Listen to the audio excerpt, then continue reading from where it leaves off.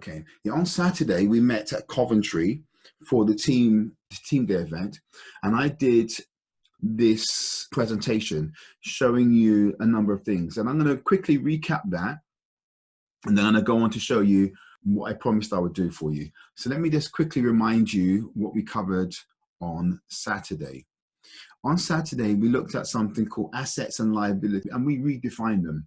Now, I told you that my background prior to this particular incarnation of what I'm doing, I was an accountant.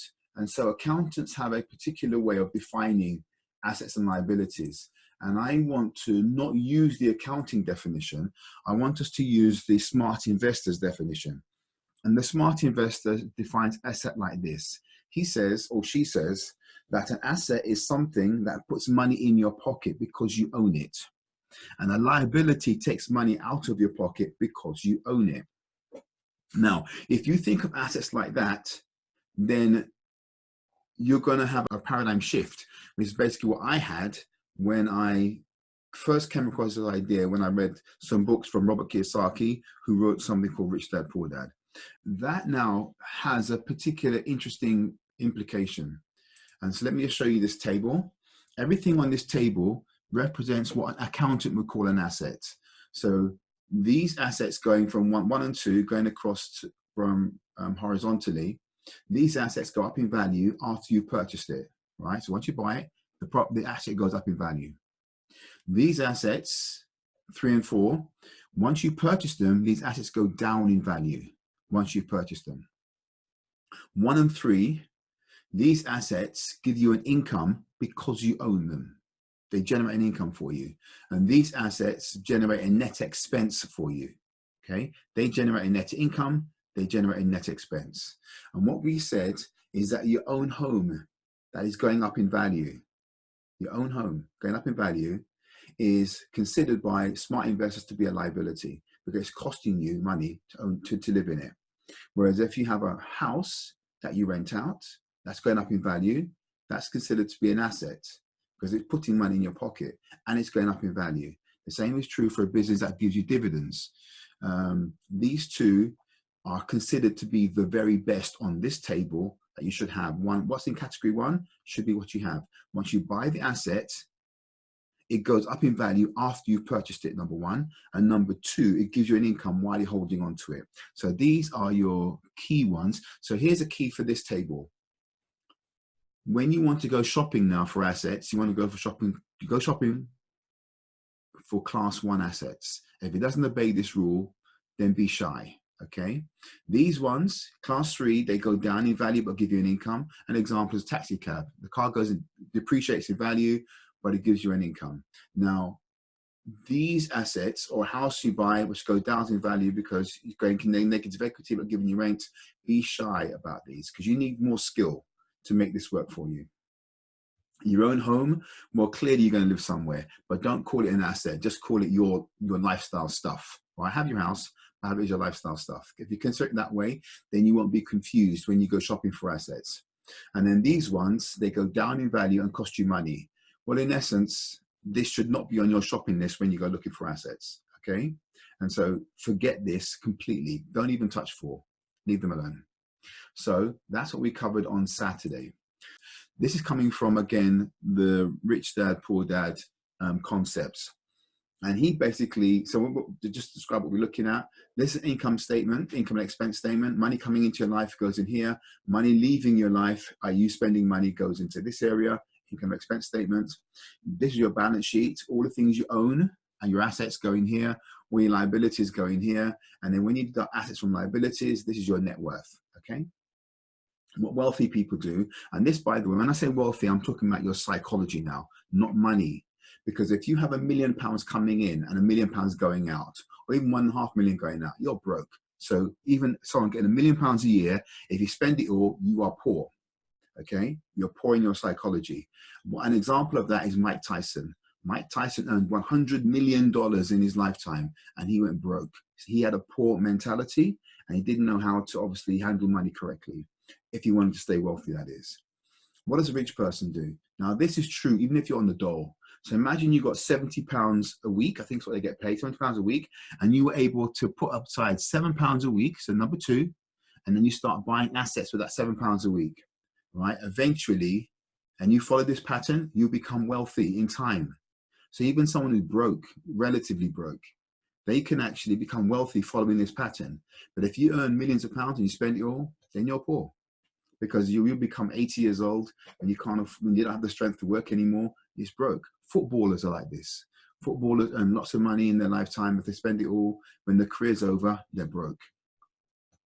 So what happens here? Number two, you put money into assets, and you purchase assets that pay you money and go up in value. So you've got two things going on. These are getting more expensive after you purchase them, and they give you an income. So what do you do with the income? Income is now second income up here into your income expense statement. What do? You go buy some more. And you create a virtuous cycle. As you buy more assets, more income coming in, you buy more assets. So now you've got two sources of income purchasing assets. One from the green line, i.e. income from your assets, and money you work for.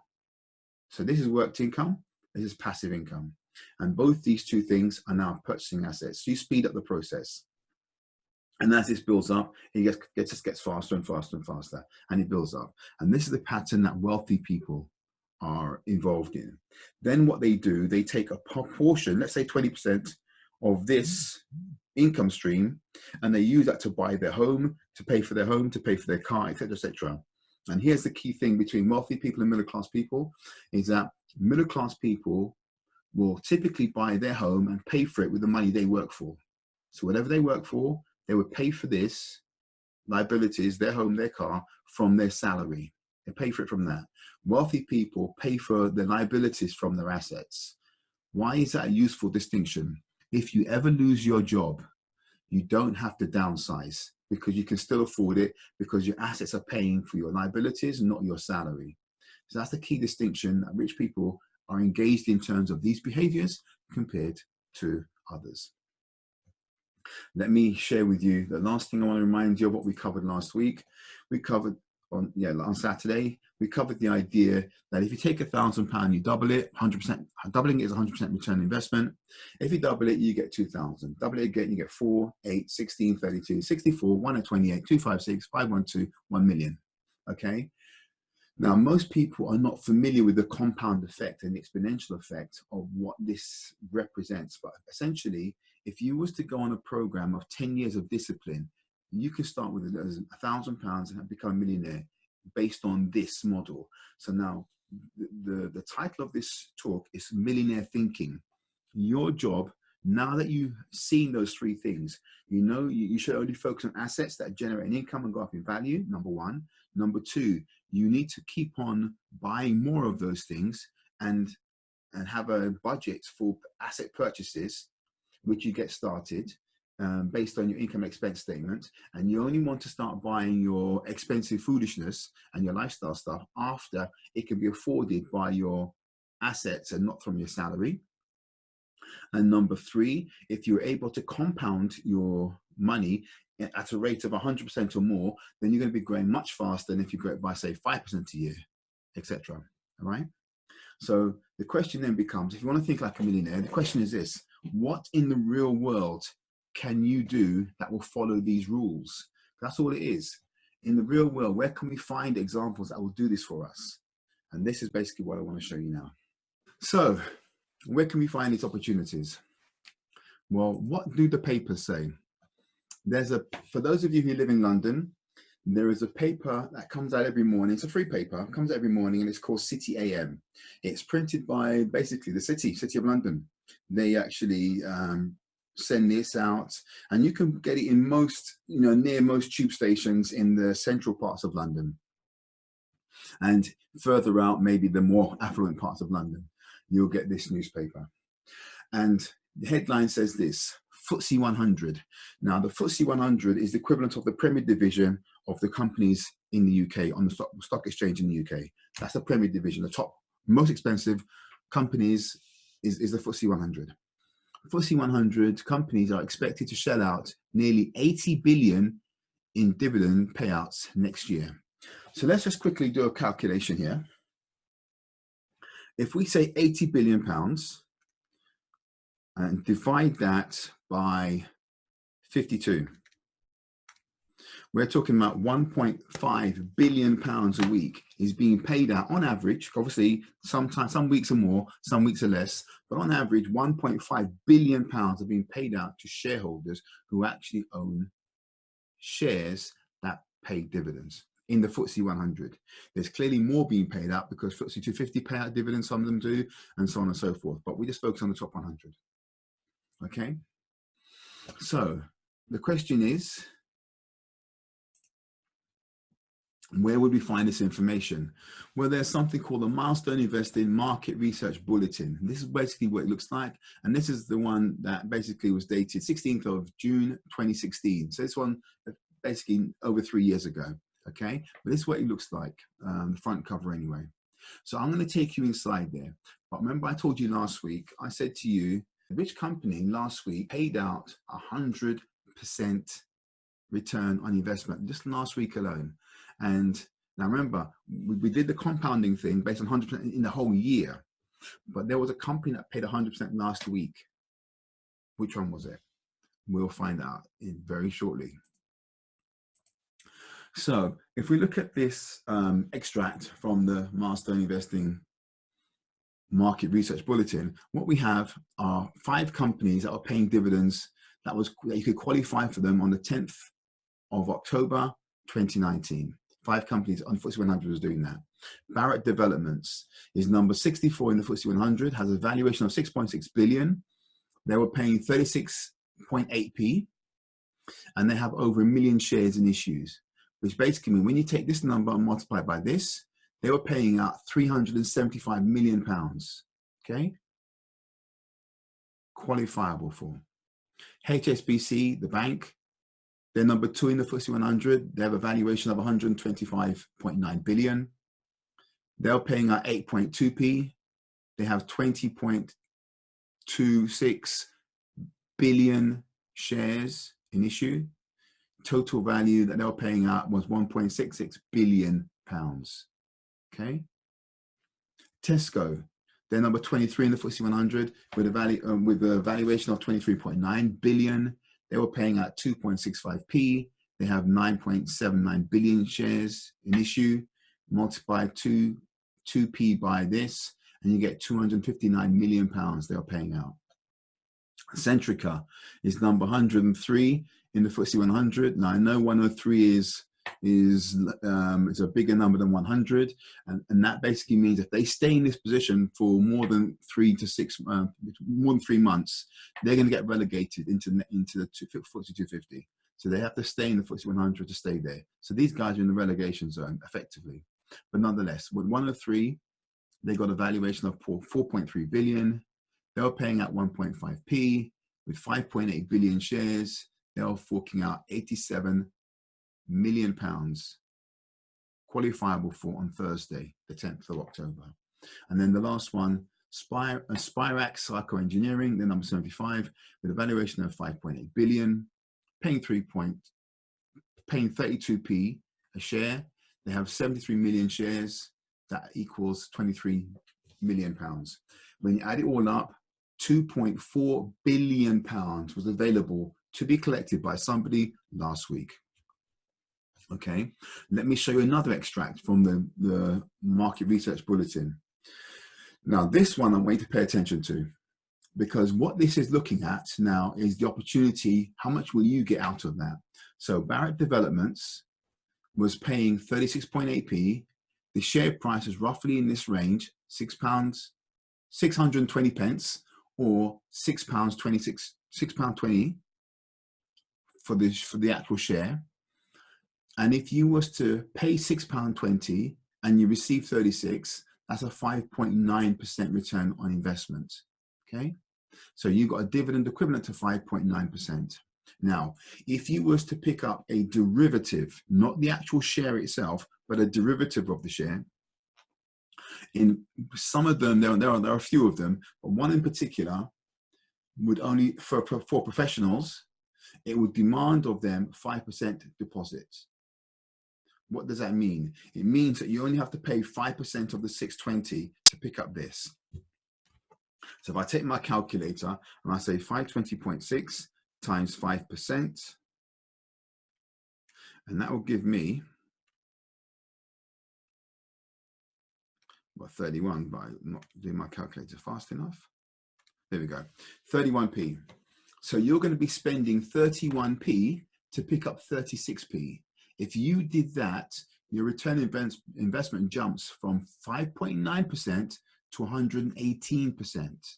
118. I'll say it again. If you can put down a deposit only, it's called a margin. But if you put down a 5% margin, 5% deposit, and you pick up that dividend, pick up that share, only paying 31p for it, you'll pick up 36p for 31 investments. That means your return on investment automatically is in the range of over 100%. Okay, so we now know that last week Barrett's delivered more than 100% return to their investors, and this is income. Next one, HSBC. Well, they're paying a 1.3% dividend based on 8.1 compared to £6 a share. And again, the same scenario. A certain derivative only requires you to put down 5%. If you did that, then again, you're paying down 31p. Well, no, in this case, it's slightly less than that.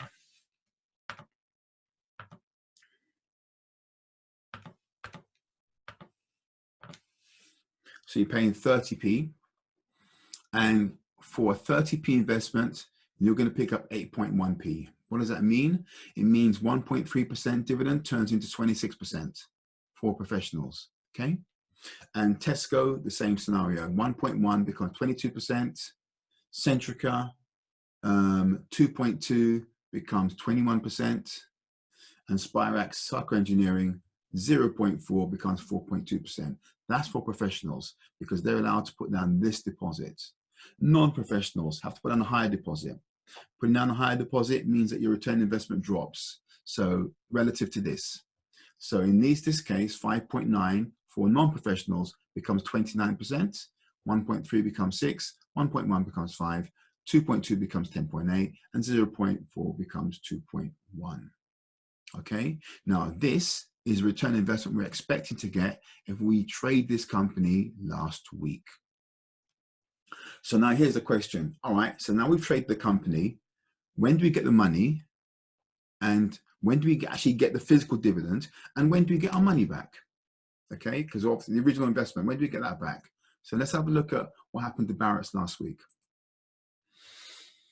If you look at these blue vertical lines, this blue vertical line is the beginning of at 8 o'clock in the morning, and this is 4:30 when the market closes. So 8 o'clock to 4:30. Each candlestick, each of these known as candlesticks, is 15-minute interval, okay, 15 minutes. So what does that mean? The share price is in the range between this green line, the ceiling, and the red line, the floor, on Wednesday. That's Wednesday. This is Thursday, between this horizontal, this vertical blue and this vertical blue. This is Thursday, and then this is Friday. So what happened last week? Well, the share price is bouncing around in this range. It then went ex-dividend. In other words, the qualification for the dividend happened. The share price typically fell, and it started to bob around in this range, okay? And this line here, these lines are what I call dividend adjustment lines. This is where the share price should fall for fundamental reasons. And if we're in a pretty volatile market, then it will fall to here for technical reasons. So fundamental reasons, it will fall to these two lines. Technical reasons, it will fall to these lines. What does it do last week? It falls to the line based on the fundamentals. It bounces off that and then basically goes sideways. Then it went move up towards the end of Thursday. On Friday, it jumped up and it went through the roof. Everybody who came in at the worst price, which is the green line, they got their money back right here. And all of this was now capital appreciation, all of this. So in addition to them getting 119% dividend, they've now got extra on top, okay? So this is a case of you bought the shares, you receive an income, and now you've got the share itself is going up in value. So it's like buying a house. You're getting the rent, actually the dividend is your rent, and now you're getting extra money because the house has gone up in value. Well, the share's gone up in value. So this is what's happened here. You've got a double whammy effect for Barrett's. What about the other company we looked at? HSBC, same scenario. This is Wednesday. the share price is bobbing between the ceiling of the green line and the floor of the red line on Wednesday. So it's bobbing around in this range.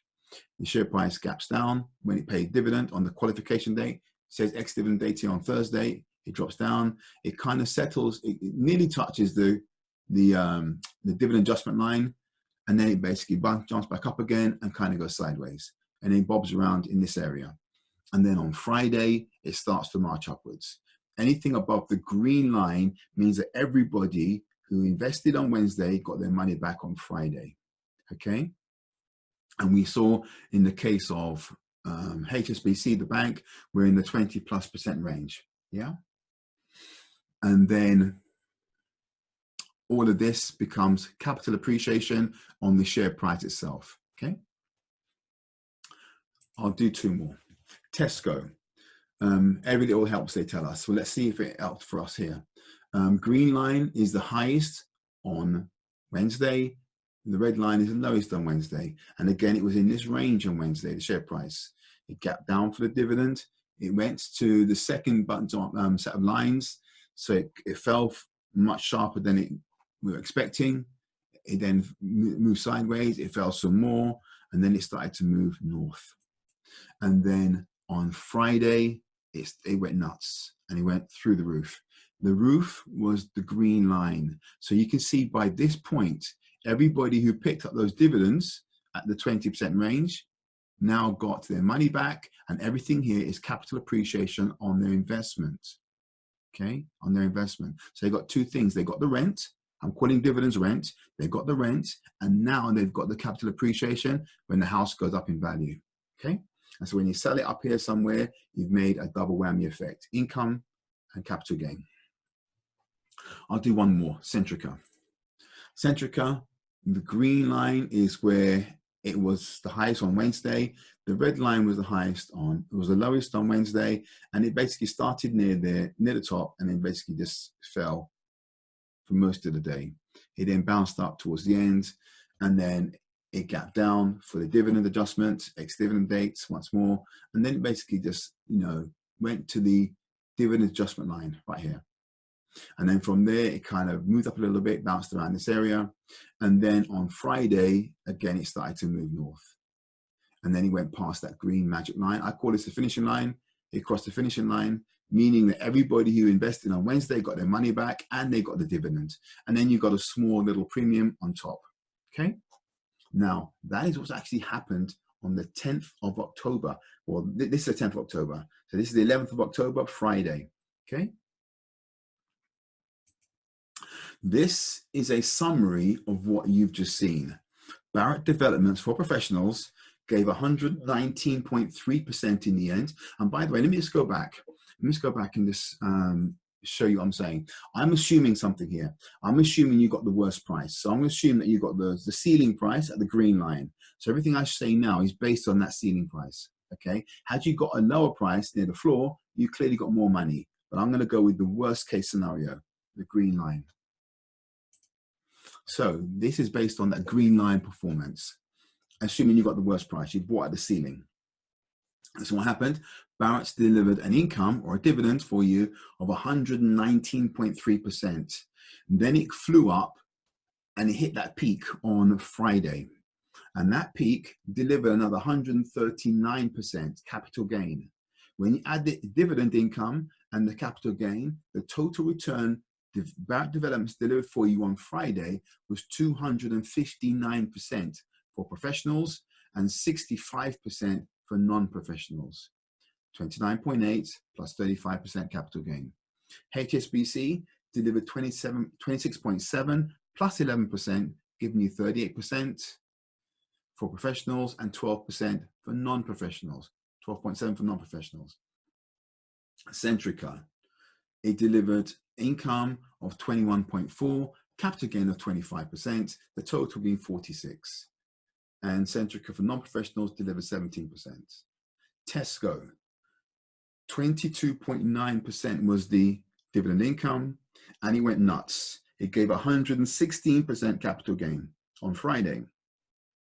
Add those two together, and you got 139% in 2 days. 139%. Tesco. That's for professionals. Non-professionals got 35%. And then the last one, so if we read what it says here, numbers in black, where all traders receive a dividend and recover their initial capital within 2 days. The red numbers highlight long traders receive their dividends but are still waiting to get their money back. So this red number means that this hasn't crossed the finishing line yet as of Friday. So Sarco paid 4.2. There was a capital, obviously, because it didn't cross the green line, it's actually below by 2%. So 4.2 dividend minus 2% capital gain or capital loss here is a total 2% up. And here 2.1% minus 1 is 1% up. Okay. That's what happened on the 10th of October, 11th of October last week.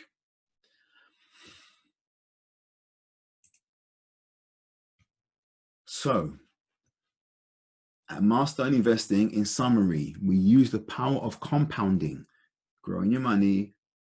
100,000 becomes 2,000, becomes 4,000, becomes 8,000. We're using the power of compounding to grow your investment portfolio exponentially.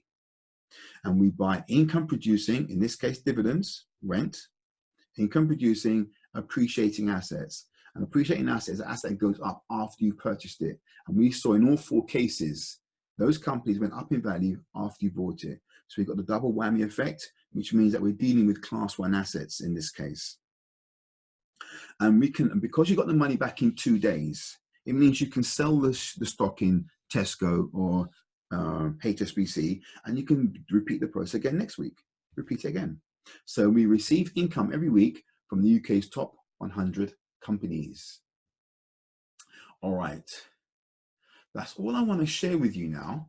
So if you've got any questions, I suppose the question is, if you put your hand up, then you can ask a question. Mark Isho. Hi, Miles. Greetings, sir. Yeah, hi there. Yeah, it was an excellent webinar. I've got a few questions. So you're using 20 times leverage to actually buy the stock, but you quoted like 5 examples. Obviously, one of them was just a very small win. But what's the percentage of wins against losses? Because sometimes with the dividend gap, it sometimes can take weeks or even months for the stock price to actually come back up. There are some weeks where it can be very, very quick. The fastest I've ever seen it take move up. In fact, the very fast it gapped up. And so literally by 8 o'clock, it had already recovered. It gapped up. It didn't even bother to waste time climbing. That's the quickest. The slowest, I would say, it doesn't recover at all. Right. So the question then becomes, what percentage? Based on empirical data, yes, it takes roughly about 73% of the time it's recovering within a space of 1 month. Right. It's higher than that in a space of more than 1 month, but in a space of 1 month, 73% it's recovering on the upside. Okay. So you basically got a win rate of about 73%. That's absolutely correct. Which is quite impressive. I think so too. That's it. So do you mind actually saying which trading platform you use? No, I don't want to say it. I'll tell you why. I don't want to no, seriously, I don't want to advertise any trading platform. If you have a preference, stay with what you do already, because you sound like you trade. So you sound like you know what you're talking about. I'm not going to advertise any of them. I do have my own preferences, but that's my preference. It's not necessarily the best one. Yeah. But because I've been trading for a while, I've just gotten used to certain things. Do you know what I mean? And just because I've gotten used to it, it doesn't mean it's the best. It just means I'm used to it. That's all. Okay. No, that makes sense. Thank you. Do you have another question? No, I'm finished. No, that's perfect. Oh, sorry, I've got one more question. Sorry. Go ahead. Just one more question. So I noticed that some people use something similar, obviously not like this, on the US stock exchange. Do you just stick to the UK stock exchange, or? Good question. I learnt how to trade in America. So Right. I learned options trading in America when I went there. I took sabbatical off work maybe 20 plus years ago, and Right. I actually studied with the Americans. So I learned their system. But when I came to the UK, in fact, at that time I was going to emigrate. So there was no problem with me learning the American system. Mm. But I decided, I like England better. So I stayed here. And as a consequence of staying here, I decided to take what I learned in America and convert it into the UK system. I didn't like the UK options. The UK Mm. options not as flexible and dynamic as the American options. So no disrespect to anyone who likes British options, but they're not as good as the American ones. But I wanted to trade an instrument in the UK Yeah. that would behave like the American options. Right. Yes. And I Okay. found, and those derivatives, what I've basically been quoting to you today. And so I'm actually happy with the UK stuff. I don't go with the Americans, even though there's money to be made there. But I created a little niche with the British companies. So that's what I focus on.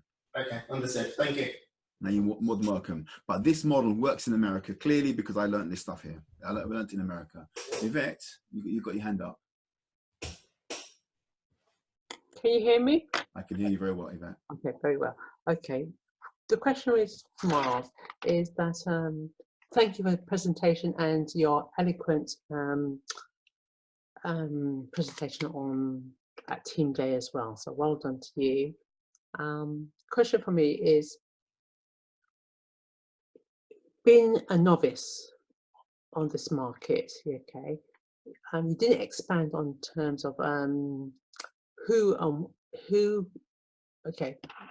So what I'm hearing is that it's predicting or knowing what dividends are coming about and forecasting or putting it in your model. So who and how do you communicate this information? Do we have to do it ourselves, or is it something that you give updates weekly, daily, advise? Obviously, you won't say you need to do this. Obviously, I take that. It's more about is where does the information come from? Okay. Well, I'm going to show you a newsletter, Okay. which is basically what we publish every week. This comes out every Monday. We do a conference call every Monday and tell you what's happening that week. Yeah. Okay. So if I just call this document up. So that's one you saw that we spoke about for last week. Yeah. Right, these are the companies that are basically available that we saw. So basically, I'm not showing you the web. I'm not showing you the newsletter. So you're going to see this table telling you what returns you can get as a professional, what you get as a non-professional with a derivative, and if you go with the dividend because you're buying the shares, that's what you can expect in this column here.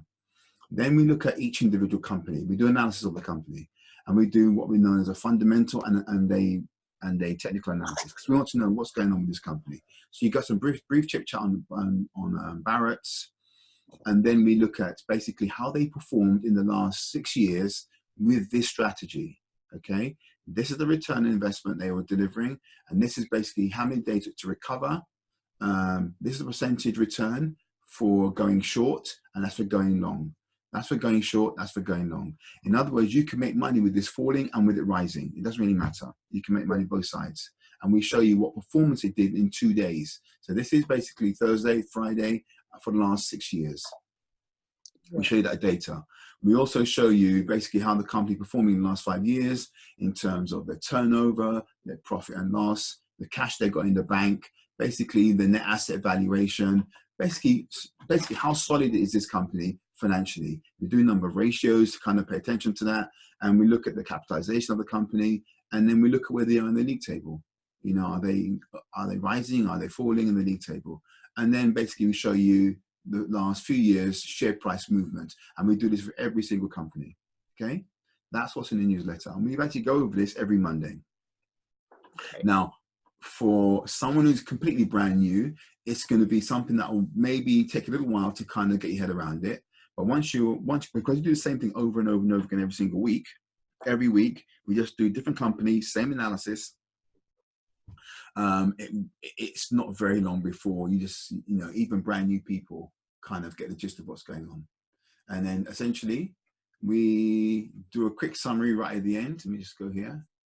And we just do a summary. So after we like chit chat, and you guys, we do a summarize here. Which companies, on average, you know, what they do going long, what they do, how many times they didn't pay at all. Going back to Mark's question, what percentage of the time you didn't get your money back in the last X number of years, and then in these number of years, and that's percentage for going short, percentage for going long, and that's basically it. And then we do a review. So we do a review what happened to the companies the previous week. So we look at what happened in the previous week, and that's it. So for example, this week's newsletter will be analyzing and showing what happened last week for the companies I just showed you. Yeah. Mm-hmm. And basically that's the newsletter. That newsletter, if you become a subscriber, you'll get it every week for a year. Now, if you want to do it yourself, I will show you enough information on Monday. So on Sunday, sorry. If you come on Sunday, you're going to know enough to do this yourself. Right. So it's your choice. Now, it takes me about 20 hours to do the research for that newsletter. Okay.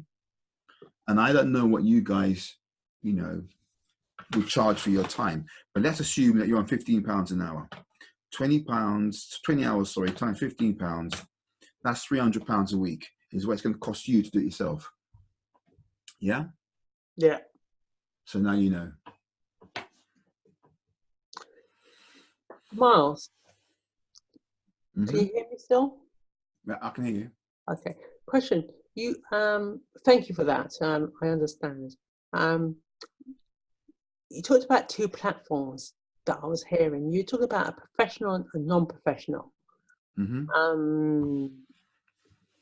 So it would seem to me when I did some research, some kind of due diligence, you have to, for as a professional, you have to have at least £1 million and in your account, or you know, there's £500,000. £500,000. Is it £500,000? So okay, so it's £500,000 to be differentiate between professional and £500,000. And non-professional. Okay, professional. There's three bits of criteria that you need to. Okay, tell me about that. One of them is that your account needs to be a certain size.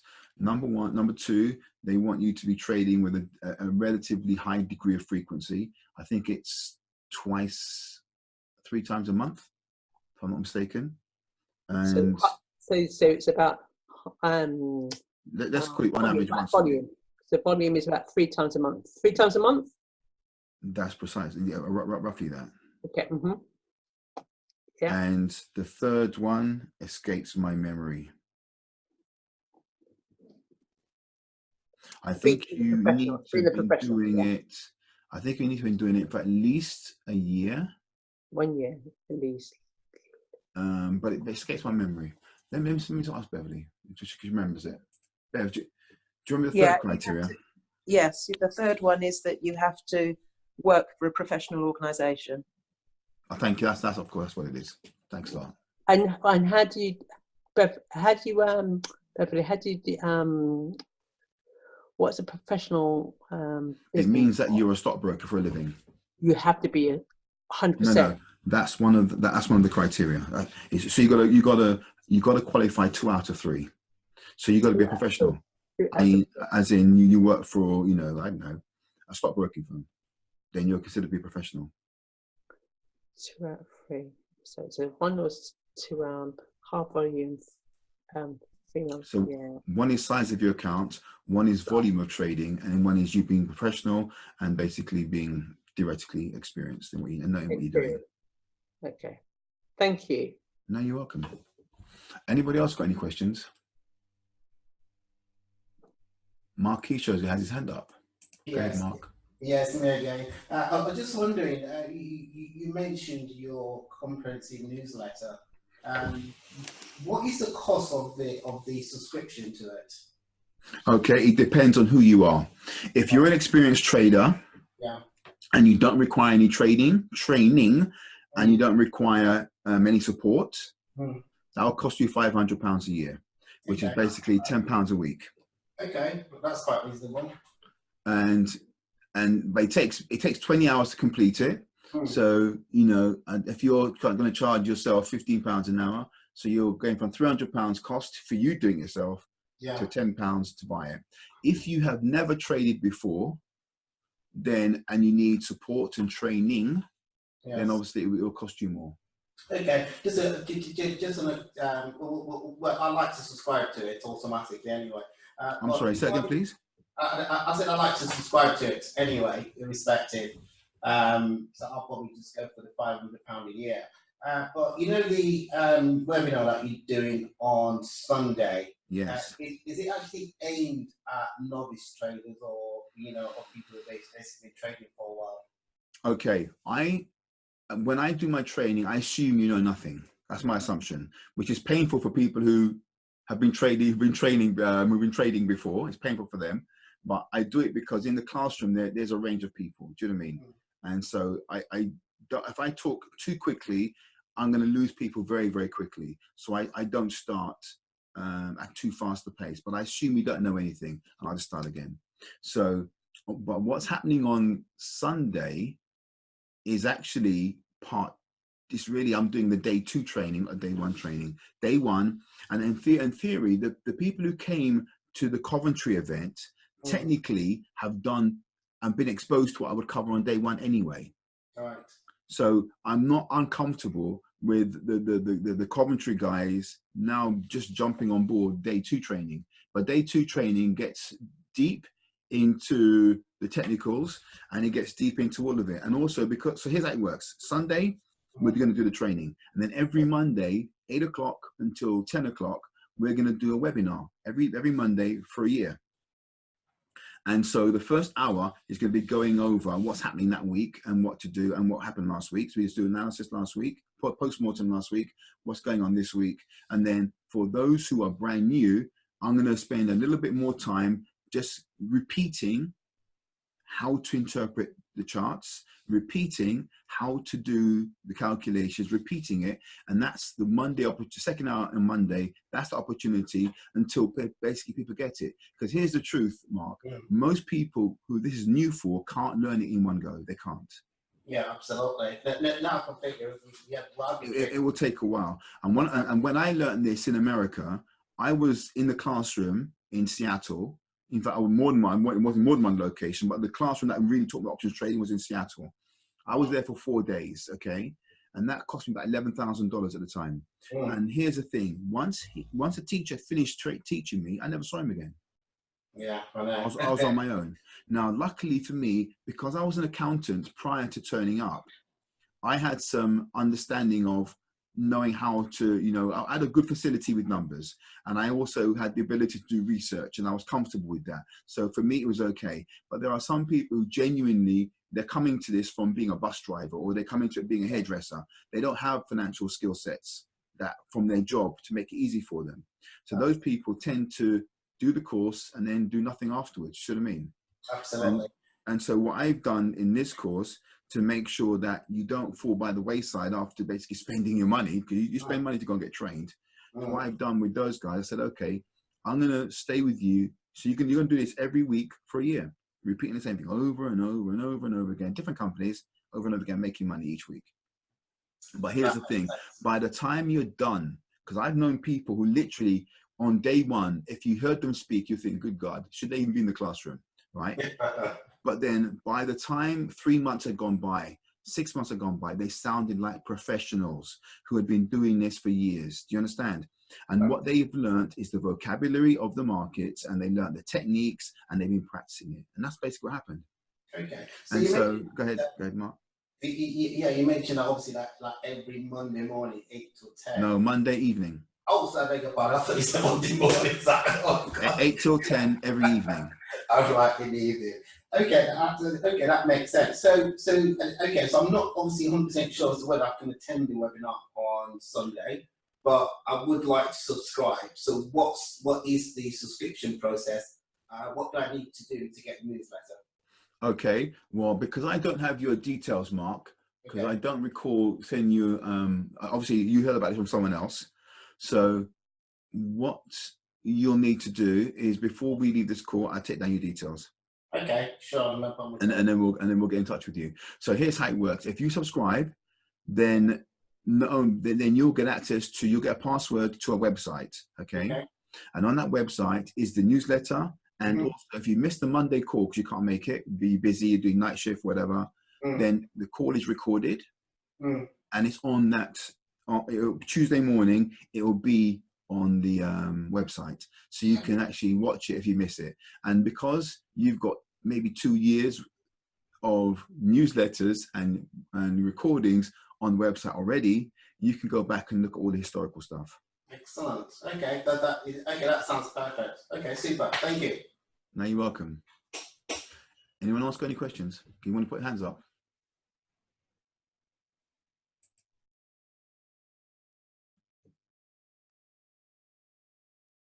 Okay, I remember when I did this some time ago, somebody said to me, Miles, do you have any examples of people who've done this course, and can we hear from them? So what I'm going to do, I'm going to play you a little clip from the last time I invited people to speak. So let me just quickly get that, and then you can listen to what they have to say.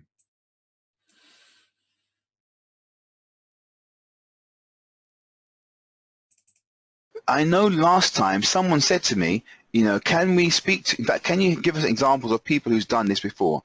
So let me see if I can find someone. Richard, I wonder if I can, Richard, can you unmute your microphone? Oh, brilliant. Richard? Oh, can you hear me? Richard? Yeah, can you hear me? I can hear you. Richard, do you want to just tell people your experience of being on this program?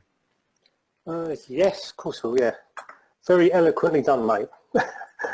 Right, okay, so my name's Richard Purcell. I signed up to what you just heard actually in September 2015, and never traded before, totally inexperienced.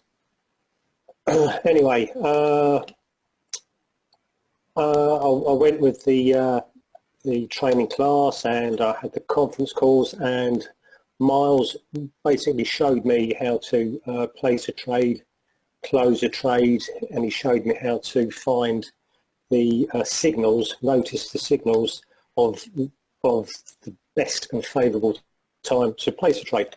So that's what I did, and on the very first trade, started with a total fund of £6,000, and I invested 1/3, which made £677. So that was an 11.2% growth on the amount of money I invested. So I was blown away, absolutely blown away by this. I thought the potential where it could take me. So with my start-off fund and my bit of profit, I added a bit more of my own money just to round up my balance, just to make it to a nice bigger figure. So I increased it by another 700 quid, so I had 7,500, and I started trading with that. I quickly made, in the next 2 months, an additional £1,200. So I'd made 18% growth on my fund in 2 months. I added it to it again with another 2,000. So by November, I had 8,800 of my own money, and by May, I was up to £22,229, an increase of £13,406, and all of this in 8 months. All of this in 8 months. Thank you very much, Richard, for that. No worries. Thank you very much for that. Portia, can I ask you to just give us your experience of what you have done? I wasn't expecting that. Okay, so in my case, I had traded before, but not this specific strategy. And when I traded before, I traded currency, and I didn't like it, so I sort of just walked away from that. And then when you introduced this to me in 2015, I started with a fund of 5,000 and got quite good. I think I doubled my money because I was a little bit sort of a rogue trader in that I didn't listen to what you said about a third. I did 50%. So I very, very quickly doubled my money and I got quite excited. And so then I started telling other people, and they gave me money to trade for them. So I then ended up with 3 different funds on 3 different platforms, because I did actually know how to work the platforms. So I had 3 platforms with 3 funds. The first fund was 60,000. The second fund was 50,000, and the third fund was 15,000. Right. So the first fund, what I did is I took out 63,000 as I started to make money. I would take out money every week, but still leave it to compound, half of the profits to compound. So that got up to about 121,000. And then the second fund, I would take out for the 50,000. I would take out money each week, and kept it at 50,000. So if I made 5,000, 6,000, 7,000, I would just take off whatever the profit was and give it back to the investor, so that the fund only stayed at 50,000. So that was like an income for him. So he was very pleased with that. And then the third one, the investors there, it was 2 investors, gave me £15,000, and I didn't touch it. They didn't want to touch it at all. But I went from 15,000 in 8 months, 7-8 months. I went from 15,000 to 52,000. So again, that was excellent results for all 3 funds. Thank you. So now what I've done is all of those funds are now closed, and I'm just now doing it for myself. Thank you very much for that. Yvette, you got your hands up. Yes, a couple of questions. Thank you. That was lovely and very reassuring. Okay, so in terms of the profits and VAT and tax, the implications, I suspect we need to have an accountant to ensure that we're paying, or if we've got a second job or third job or what have you, not that we're maximising income and reducing kind of profit, reducing payments to the end. But the important question I really want to ask was it's about risk. Okay, risk neutral, risk averse, risk seeking. What is your strategy, Miles, in terms of your business? So in terms of milestone investing, is it risk averse, risk seeking, or is it down to the individual? So okay, right. I need to clarify your question. Are you asking me what my risk profile is, or are you asking me what risk profile should be doing this? No. It's because what I'm hearing from your business approach, your vision, or not vision. You give out newsletters, so you give information to people, and on a Monday you give me all this information. It's fine, it's just lovely, but it's on the basis of what? Risk neutral, or risk seeking, or risk averse? Okay, so let me ask you a question this way. If you go, there are 4 ways to make money with this. Okay, 3 of them rely on the company going up after you've purchased it. Up. One of those ways rely on the company go down after you purchased it. There's only 2 things that can happen. The share price can either go up or go down. Yes. And I have a strategy will handle either side. So sometimes we are in what they call a bearish market, which means the market is falling. Yeah. We have a strategy that makes money if that's the case. If the market is bullish and it's going up, we have a strategy that will make money for you if that's the case. So it depends on where we are in the cycle. So when we are actually looking at stuff on Monday, I always started with the FTSE 100. What is that actually doing? What trend are we in? Are we in a sideways trend which goes nowhere? Are we in an upward trend which is going up, so it's bullish? Are we in a downward trend, so it's bearish? Where are we? So I want to know roughly where we are, so then we can adjust our strategy. So do we want to go for a bearish strategy or a bullish strategy? Bearish means you make money when it's falling. Bullish means you make money when it's rising. So it depends. But let's go with the bullish one, because if you want to pick up a dividend, you have to go long, or you have to buy the stock to pick up the dividend. Okay. Yeah. And I mentioned to Mark. I mentioned to Mark earlier that 73% of the time, this strategy works when you go long or when you go bullish. 73% of the time, you get your money back and you pick up the dividend. Yeah. Yeah. What does that mean? Well, it means 27% of the times you don't. Yeah. So if you was able to call it correctly and go short at those times, well, then you're laughing anyway. It doesn't matter. Yeah. Yeah. But if you went long and you went down, then you're Yeah. going to have to cut your losses before it gets too great. Yeah. And so we will talk about where you would take a loss and just walk away. Right. And that happens sometimes. So there are times when you're doing a trade and it's not going your way, you just close the trade and you come back next week and carry on. Now, because we are getting relatively high returns, as long as you keep your losses low, it doesn't matter, because just based on probability alone, if 7 times out of 10 you're making a profit and 3 times out of 10 you're losing, and you keep your losses smaller than your gains, yeah, then you're winning, period. Yeah, you are. Yes.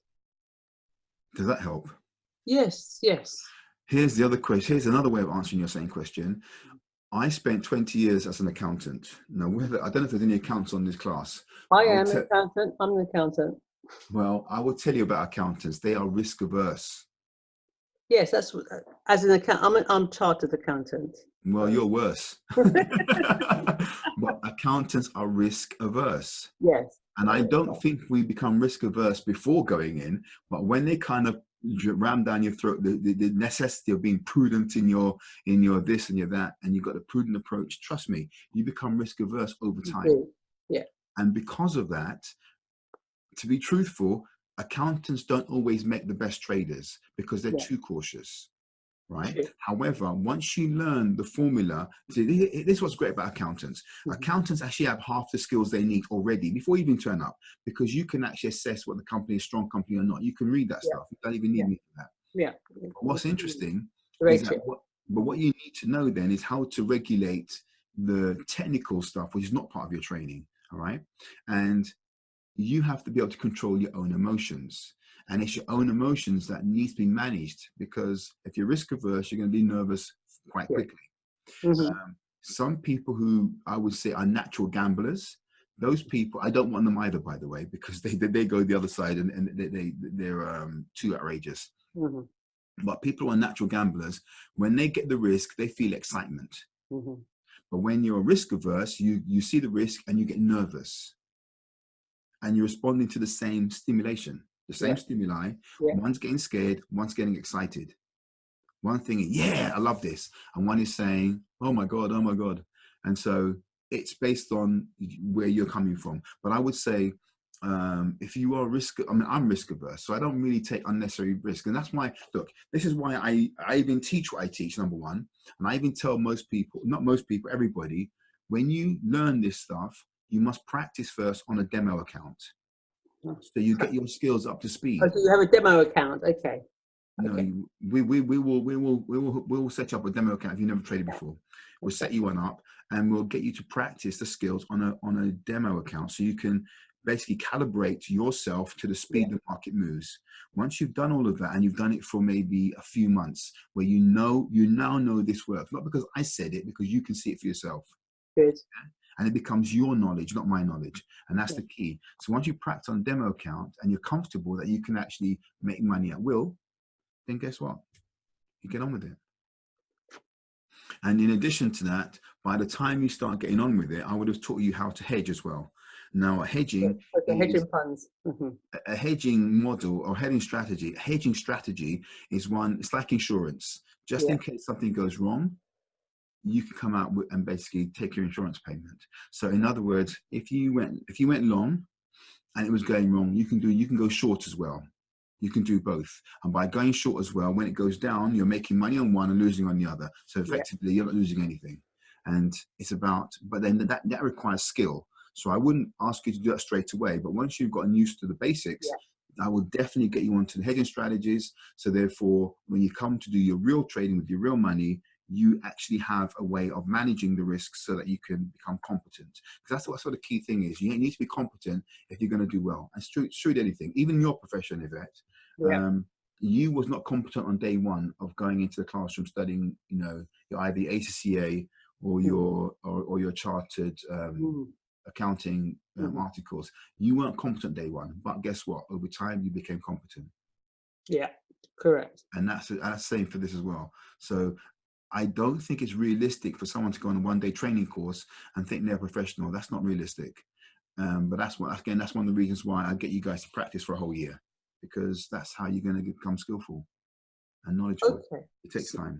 So what I'm hearing then, Miles, if I just reiterate, just to make sure that I'm clear in my head, that the strategy in terms of getting people on board on the milestone investing is about risk averse. That's a strategy, yeah? It's not risk seeking, risk averse until later, till you get your knowledge, and then it's up to the individual to become what they want to become in terms of seeking, adverse or neutral. Is that right? That's one way of saying it. Let me just say this. In the last 6 years, in the last 6 years, there's only one company that did not pay a dividend when they said they was going to. Right. One company in 6 years. In other words, when they tell you they're going to pay a dividend, they pay it. That's guaranteed. Yeah. What's not guaranteed is what the share price would be when you put it in the marketplace and the market's going up and down, because the marketplace is actually buoyant and moving around. And it's that volatility that you need to be able to manage. That's it.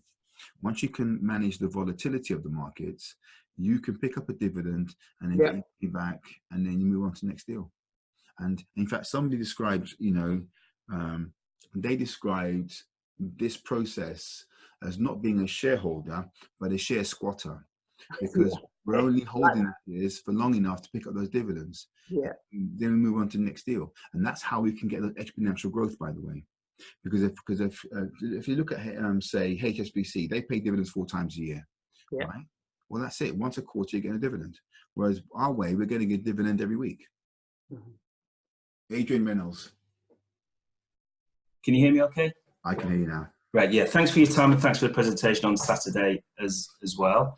My question, I'm a financial advisor, but not a trader as such. I've dabbled a little bit, but not on this level. So this for me is sort of like another journey that I need to look on from my point of view and building my wealth on a liquidity side of the scale. So I'm interested also.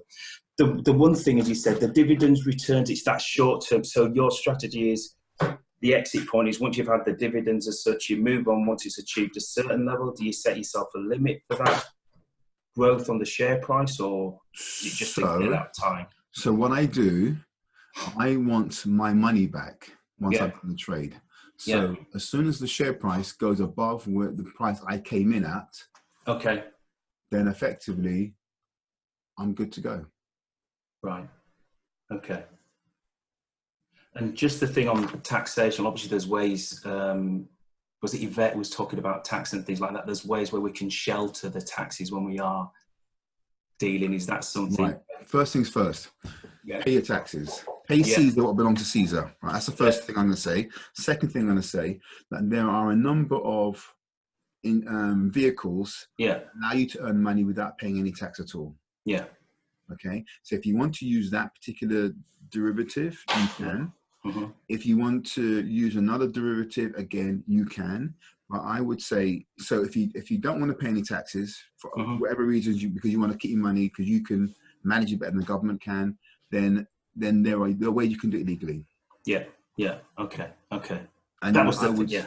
yeah, and I would say use that Yeah. use those vehicles that allow you to do it legally. And If you don't use those ones, you're allowed to earn £12,000 capital gains before you pay any tax. yeah. Anything above 12,000, you pay tax. Anything below that, you don't pay any tax on anyway. Yeah. But you don't think they'll restrict you from a trading point of view if we are using the vehicle, so to speak? That was the other thing. No. Okay, in England, no, in Europe, they've actually this happened in 2017. Okay. In 2017, what you saw in the chart earlier as professionals, everyone got that. Mm-hmm. Then they made a distinction by saying if you're a non-professional, you have to pay a higher deposit. Yeah. Therefore, you have a lower return. Yeah. If you are not within the European jurisdiction, those rules don't apply. Okay. So there are some people who have trading accounts outside of the European jurisdiction. And if you're outside European jurisdiction, then you get the professional rates, even if you're not professional, based on European rules. Okay. Brexit is a good thing then. Well, I can tell you this, my very, very first trade I ever did, I invested in a company called WPP. This was in the early 1990s.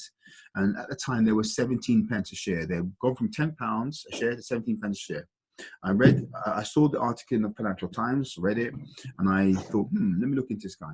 So after reading his stuff, and maybe I spent at least 2 weeks, maybe a week, 2 weeks, just researching this man, all right? And I decided that I was convinced, no, I wasn't convinced, I was persuaded if anyone could turn the company around, he had the skill sets to do it. And so I invested, and the share price eventually rose up to £2.50. Now, for those of you who can do the maths, from 17p a share to about 50 a share, I made a lot of money, right? And I was convinced that because I was an accountant and I'd done my due diligence, I was almost like Muhammad Ali, shouting, I'm the greatest, I'm the greatest. And I had so much confidence, and that was my very first trade ever. And before I did the trade, I was terrified. And then once I made all the money, I was literally bouncing off the ceiling or bouncing around on, wherever, from floor to ceiling with excitement. But here's the thing. I was lucky. I was lucky. And soon after that, I realized being confident and being incompetent are not a good combination. You need to be competent as well as confident. You need both. And so after, being lucky, not being lucky, I decided I can't do this anymore. I need to get an education. I need to go train. So that's when I decided being self-taught is not useful because there's too many things I just didn't know. There's too many things I didn't know. And so I just went in front of someone who actually could just say, this is what the story is. Here it is. Mm-hmm. And I was so grateful that I did that, because once I got it, then I got it. Yeah, that's what I want to do.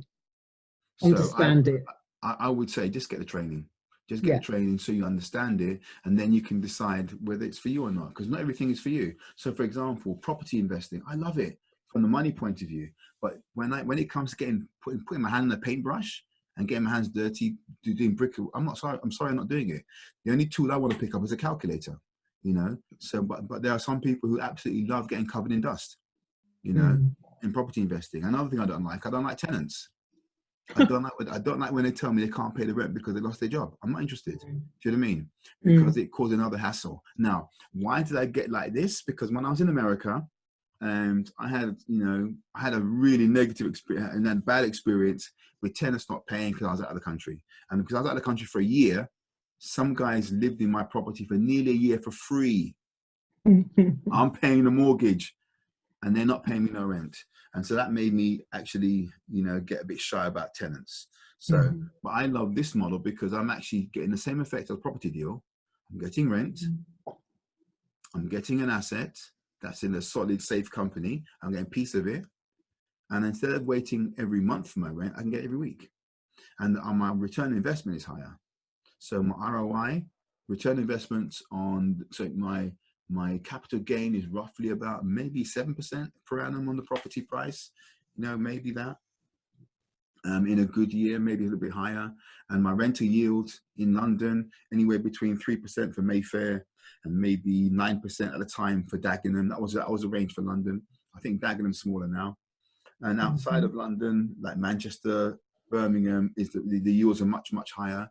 And so I was used to those kind of numbers, but I couldn't get 200% in a week. There's no chance.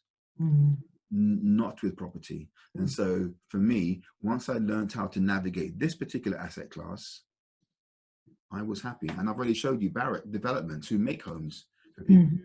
Last week they delivered 259%, 258%. You know, you can't get that in property in 2 days. It's not possible. Another question I'd like to ask is, okay, so if we attend on Sunday, the one-day webinar, what other outlay is required? Well, as I mentioned to Mark, if you want to get the newsletters given to you, so you haven't got to do the research for yourself, then there's a price for that. So, and if you... How much is it as a non-professional then? No, it's not being professional. It's about whether you want to... All right, it depends how you're defining professional. If you define it the way the Financial Conduct Authority are doing it, then technically, I mean, that doesn't mean anything. Having £500,000 doesn't mean you're competent. Do you see what I mean? It doesn't mean that.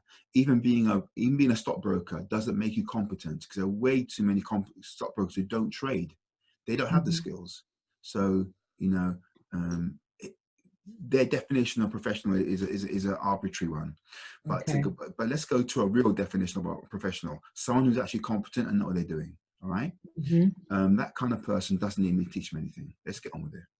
And for you, that's £500. If you want to be trained, basically, so I'm giving you part of the training for free. You're getting it for free anyway. But if you didn't get that for free, the whole thing will cost you £1,500, which is equivalent of £30 a week. So you get training, you get support. You'll go on a group that basically supports you, and then you get to talk to me once a week, you know, for a year. And after the year, is there like then after the year, you can either say, right, I want to get the newsletters, like Mark is saying, and he'll just continue getting every year, £500, and then that's it. Or you can say, right, I want to do it on my own, or you don't want to trade anymore. It's up to you. Thank you. No, you're welcome. Yvette, your hands are up. Your hands up. For that, because it leads on perfectly from the question the lady just asked. Thank you for that, because that was my next question. Okay, so that's direct to Milestones Investment Limited, or PLC, whatever you are. So in terms of costs, so that's the fixed costs in terms of the annual costs to yourselves, which is fine. In terms of buying and selling, so when you buy and sell to a company, if it's Centrica, Barrett, whoever, is that cost waived, or is that an additional cost that when we're buying the shares and selling them? Is that cost within the first year of training and initiation, or is that an additional cost? That's an additional cost. So the numbers I've quoted earlier are to receive the research and training. Yeah. And then we're gonna also put you on a demo account so you can continue to practice without having to risk any money.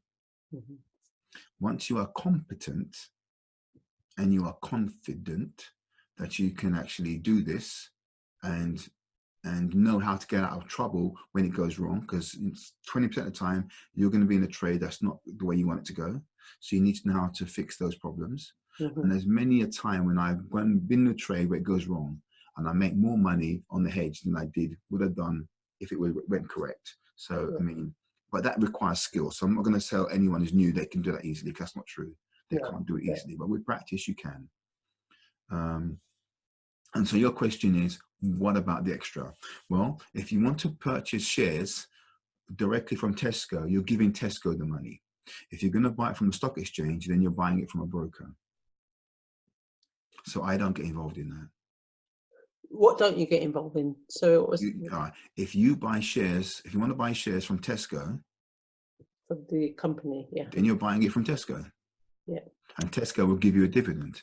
If you're going to buy it from the stock exchange, which is the way most people do it, yeah, then you are going to go to a stockbroker and you're going to buy Tesco shares via the stockbroking platforms. Yeah.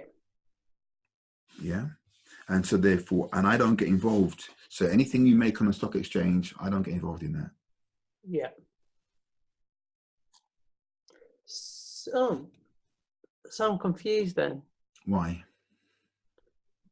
All right. Think of it this way. I'm going to teach you how to buy and sell houses. Okay. Yeah. Okay. Go ahead. Yeah? But then if I teach you how to buy and sell houses, now you have to buy and sell houses. Well, I don't have houses to sell. So you have to go to estate agent, or you have to go to an auction, or you have to go to some other person who has third party. Third party, and you buy houses from them. Yeah. Once you've been trained on how to do it. Right. Does it make sense? I understand. Yeah. So what I'm providing is market intelligence.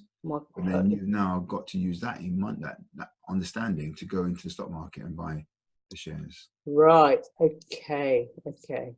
So when you go into stock market to buy the shares from a stockbroker, and a stockbroker is a salesman, when you go to stockbroker to buy the shares, I'm not involved. Right. So if you go to Barclays Bank, for example, or NatWest Brokers, then you go to them and you buy the shares in Tesco, Sainsbury's, whatever. I can see. I hear what you're saying. Yeah. So you could be the artificial intelligence for us to actually a platform to. I give you the knowledge to make sound decisions. Yeah. Okay. And remember what I said to you in the beginning? I said that if you were smart, I'm going to go back to my slides because I was saying, just if I go back on the slides, I was saying if you're smart, you're going to go for these assets, aren't you? Number one. No, you want to go for class one assets. After you purchase the share price, so after you purchase Tesco, Sainsbury's, you want the share price to be going up. Yeah, appreciate it. Mm-hmm. Or you want it to make you money. So you want capital growth and then you want income. Mm-hmm. Yeah.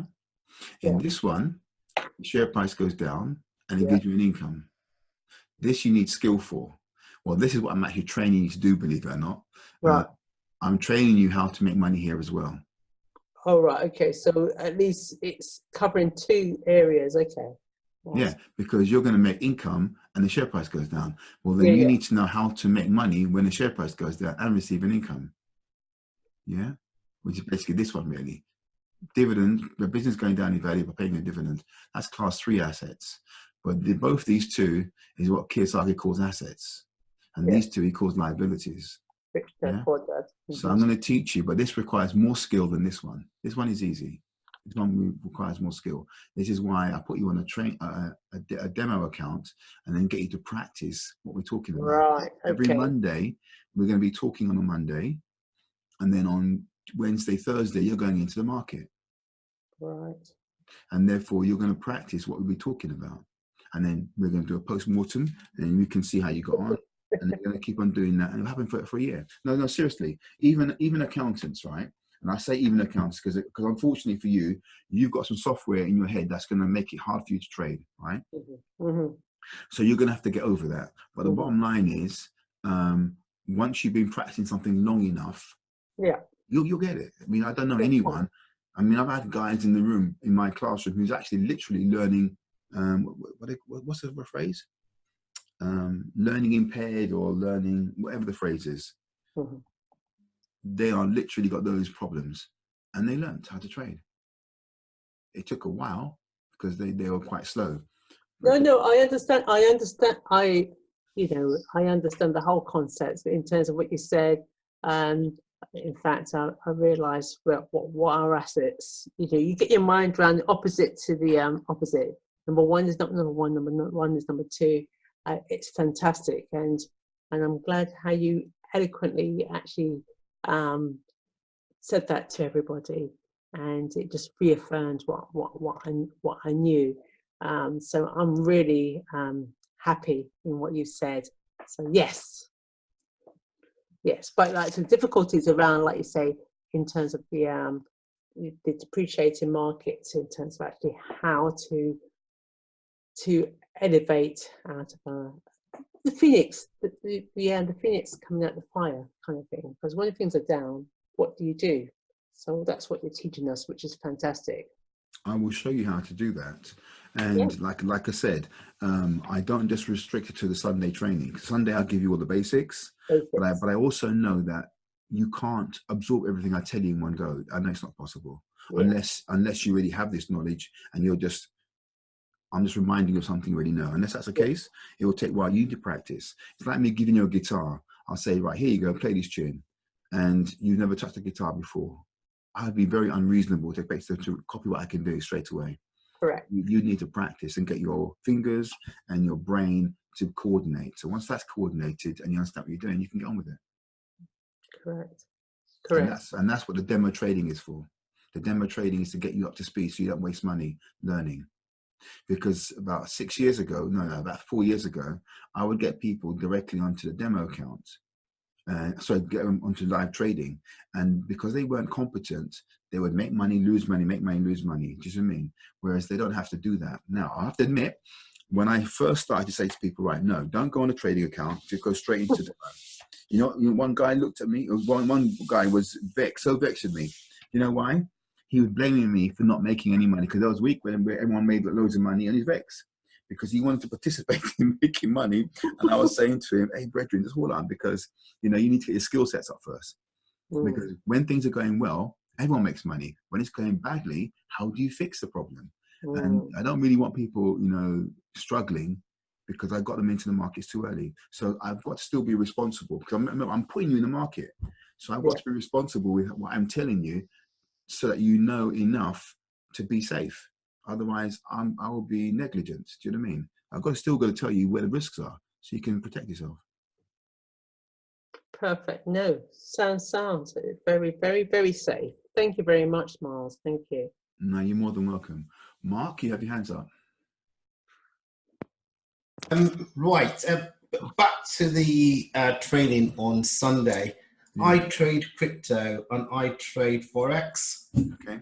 And I was just wondering about your hedging strategy. Are you going to be discussing the hedging strategy on Sunday at all? No, not Sunday, because I'm starting from the beginning.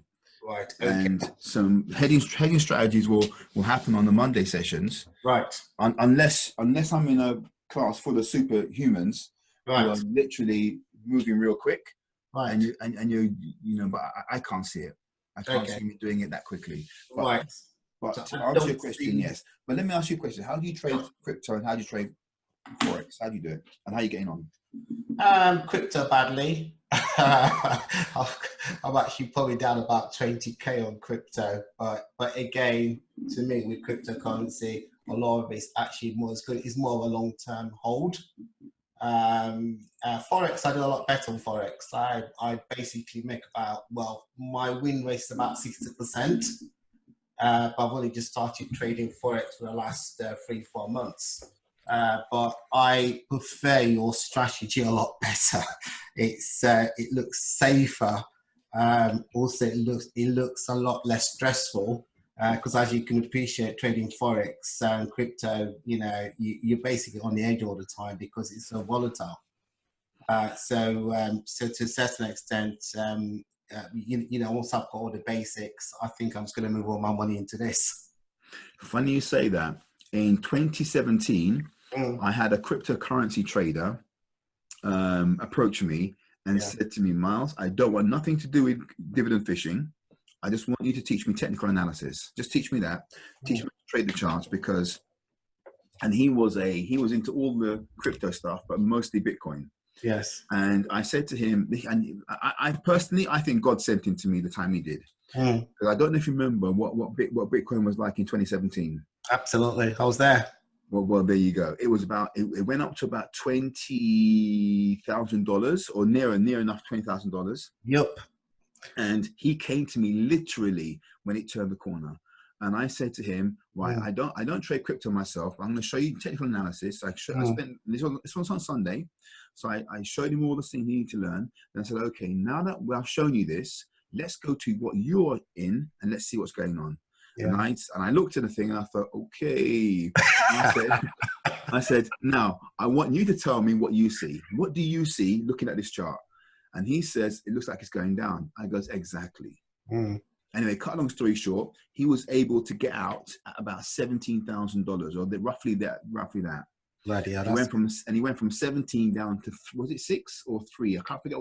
3,200. There we go. Well, you know your numbers. Yeah, well. it went from 17. He got out 17. Yeah. And he went down to 3,200. He kept his profit because he came in obviously before 17. But he kept his profit, or most of it. It was at 20,000 when we looked at it. But he was able to stop himself from losing money, and he wasn't just long in the stock market. He was actually had him in the wallet. So he had the physical, the equivalent of the physical crypto stuff. It was in his wallet, and he was able to get rid of him. Wow! Now he could have done two things: get rid of him and shorted it. Yes, indeed. And shorted it on the way down. Now, if you want to keep your literal coin, I mean, I wouldn't do it anyway. I'd literally sell both. I would sell the physical. Call it physical, get rid of it from your wallet, and then short it on the way down. And then when it hit 3,000, then go long again and buy it. Absolutely. Well, that's what I did. So that's how I managed to recoup some of my losses. But there we go. It's still highly volatile. So I'm still, as I said, still kind of working my way back. I mean, personally, I don't like crypto. In fact, I don't like none of the crypto stuff because what they claim to be fixing, they're not really fixing, number one. And number two, they can be manipulated as easily as all the other asset classes by the likes of Goldman Sachs. So absolutely. The truth is you're not safe anyway. I mean, you're not. You're absolutely right. Crypto is highly manipulated, and that's why you've got some big whales. Essentially, these are people that basically bought crypto at something like $1, something like 10 cents. So they've literally got thousands of Bitcoin. No, those guys are laughing. They're laughing. Exactly, and they can just dump it on the market at any time and just to crash the price. So that's what makes it so volatile. So once I've kind of recouped some of my losses, I'm just basically going to hold a few Bitcoin because I still think Bitcoin's got a future down the line. But all the other altcoins, which I call SHIT coins. So you're saying they got fecal matter on them, are you? Tell me about it. Oh gosh, big time. Well, it's like some of these ICOs. I didn't even hear about the ICOs. They're raising millions of pounds in ICOs and the initial coin offerings, just like IPOs, and then after a few months, the guys disappear with your money. I did because of this person who I told you about. I kind of showed him what he was doing. When I saw the problem with associated with what I saw, I think he sent me an article soon afterwards, and I said, you know what, let me go look into this stuff. And I looked into it deep, and I realized that there were all kinds of problems behind the scenes that was causing crypto to be Bitcoin to be unstable. And there was a court case coming up where someone in Japan was running like a exchange, a Bitcoin exchange, and that went bankrupt because people were stealing from the wallets because they got access to the passcodes, etc., etc. And when I looked into all of that, I realized that even in the hands of the so-called outsiders, it still wasn't safe. No, it's not. It wasn't safe. And so, I personally, I think crypto is safer in the hands of the Goldman Sachs guys who are going to manipulate it anyway, than in the hands of guys who genuinely can't create a proper market for it. No, I completely agree. It's as I said, it's a very high risk asset class. No last questions? Okay. In that case, I want to say thank you very much for attending, and thank you for your contribution and your questions. And have a lovely evening. Take care.